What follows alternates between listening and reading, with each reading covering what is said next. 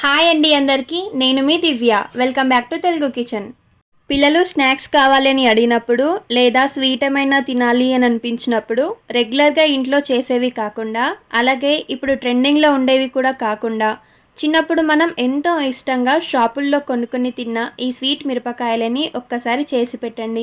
పిల్లలు ఎంత హ్యాపీగా ఫీల్ అవుతూ తింటారో అలాగే మనకి చిన్ననాటి రోజులు కూడా గుర్తొస్తాయి. ప్రజెంట్ అయితే ఇవి షాపుల్లో ఎక్కువగా కనిపించడం లేదు, కానీ ఒక 15 to 20 ఇయర్స్ బ్యాక్ చాలా దొరికేవన్నమాట.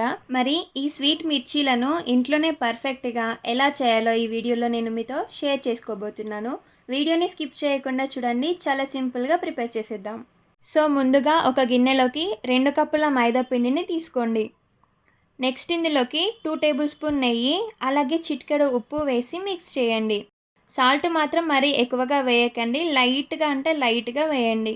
ఇలా బాగా కలుపుకున్నాక ఇప్పుడు ఈ పిండిలోకి కొద్ది కొద్దిగా నీళ్ళను వేసుకుంటూ మనం పూరి పిండిని ఎలా కలుపుకుంటామో సేమ్ అలాగే సాఫ్ట్గా మెత్తగా కలపండి. ఇక్కడ చూడండి, పిండి అనేది ఇలా వీడియోలో చూపిస్తున్నట్టుగా సాఫ్ట్గా ఉండాలి. సో ఇలా కలుపుకున్న ఈ పిండిని 3 భాగాలుగా చేసి తీసుకోండి. అంటే స్వీట్ మిర్చీలు డిఫరెంట్ కలర్స్లో ఉంటాయి కదా, సో అందుకనమాట నేను ఓన్లీ 3 కలర్సే చేస్తున్నాను కాబట్టి 3 పార్ట్స్గా చేస్తున్నాను. మీరు ఇంకెక్కువగా కలర్స్ చేయాలి అని అనుకుంటే ఇంకెక్కువగా కూడా తీసుకోవచ్చు. ఇప్పుడు ఒక్క పిండి ముద్ద పైన ఒక ఫుడ్ కలర్ని తీసుకుందాము. First orange red colour, second lemon yellow colour, and third ఏమో red and lemon yellow half తీసుకుంటున్నాను. సో ఇలాగా కలర్స్ వేసాం కదా, ఇప్పుడు వీటిని మరోసారి కలుపుకోవాలి. ఈ ఫుడ్ కలర్స్ అంతా పిండిలోకి బాగా మిక్స్ అయిపోయేలాగా కలుపుకోవాలన్నమాట. సో ఈ విధంగా మిక్స్ చేసేసుకున్నాక ఇప్పుడు ఒక్కో కలర్ పిండి ముద్దను తీసుకుంటూ మిర్చీలను ప్రిపేర్ చేసేద్దాం.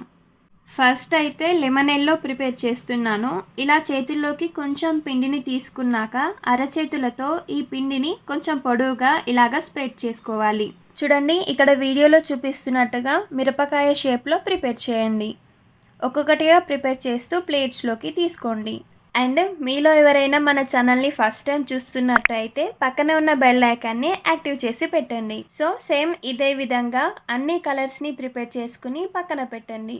అండ్ మీరు కావాలంటే ఇలా అన్నీ ఒకేసారి ప్రిపేర్ చేయకుండా ఒక్కో కలర్ ప్రిపేర్ చేసి డీప్ ఫ్రై చేశాక వేరొక కలర్ని ప్రిపేర్ చేసుకోవచ్చు. సో నేను ఇలా అన్నీ ప్రిపేర్ చేసుకొని రెడీగా పెట్టాను కదా. నెక్స్ట్ ఇక డీప్ ఫ్రై చేయడానికి ఒక పక్క ఆయిల్ని హీట్ చేయండి. అలాగే మరో పక్కన కడాయిలోకి 2 కప్పుల పిండికి 1 కప్పు షుగర్ని తీసుకోండి. అలాగే హాఫ్ కప్పు వాటర్ని కూడా వేసి ఫ్లేవర్ కోసం 4 యాలకులు కూడా వేయండి. ఇప్పుడు ఇదంతా ఒకసారి కలుపుకొని మంటని మీడియం హీట్లోనే ఉంచండి. మనం మిర్చిలు డీప్ ఫ్రై చేసేలోపు చక్కెర పాకం కూడా రెడీ అవుతుంది. ఇప్పుడు మనం ప్రిపేర్ చేసిన మిరపకాయలను వేడివేడిగా ఉన్న ఆయిల్లో ఒక్కొక్కటిగా వేసుకోండి. ఇక్కడ కంపల్సరీగా గుర్తుపెట్టుకోండి, వీటిని డీప్ ఫ్రై చేస్తున్నప్పుడు మంటని హై కాకుండా మీడియం ఫ్లేమ్లో పెట్టుకొని డీప్ ఫ్రై చేయండి. అలా అయితేనే లోపల పిండి కూడా చక్కగా ఉడుకుతుంది అండ్ బయట క్రిస్పీగా కూడా ఉంటుంది, లేదంటే మళ్ళీ మెత్తగా అవుతాయి. సో ఇలా 2 వైపులా టర్న్ చేసుకుంటూ క్రిస్పీనెస్ వచ్చేంత వరకు డీప్ ఫ్రై చేసుకొని పక్కకు తీసుకోండి. ఇప్పుడు సేమ్ ఇదే విధంగా మనం ప్రిపేర్ చేసి పెట్టుకున్న మిగతా మిరపకాయలని కూడా డీప్ ఫ్రై చేసుకుని పక్కకు తీసుకోండి. మరి ముఖ్యంగా మళ్ళీ చెప్తున్నాను, వీటిని డీప్ ఫ్రై చేస్తున్నప్పుడు మంటని హై అస్సలు పెట్టకండి. మీడియం ఫ్లేమ్లోనే ఉంచి 2 వైపులా టర్న్ చేసుకుంటూ క్రిస్పీనెస్ వచ్చేంత వరకు డీప్ ఫ్రై చేసుకున్న తర్వాతే పక్కకు తీయండి. మరో పక్కన చూడండి, షుగర్ కూడా పాకానికి వచ్చింది. మరీ ఎక్కువగా కాకుండా ఇలా కొంచెం తీగ పాకంలాగా రాగానే స్టవ్ ఆఫ్ చేసేసుకోండి. ఇలా పాకాన్ని ప్రిపేర్ చేసుకున్న తర్వాత ఇందులోకి మనం డీప్ ఫ్రై చేసుకున్న మిరపకాయలను వేసుకోండి. సో వీటన్నిటిని కూడా పానకంలోకి ఒకసారి చక్కగా కలిపేసుకున్న తర్వాత ఒక్క 2 నిమిషాల పాటు అలాగే ఉంచండి. ఈ 2 నిమిషాల తర్వాత మళ్ళీ ఒకసారి కలపండి.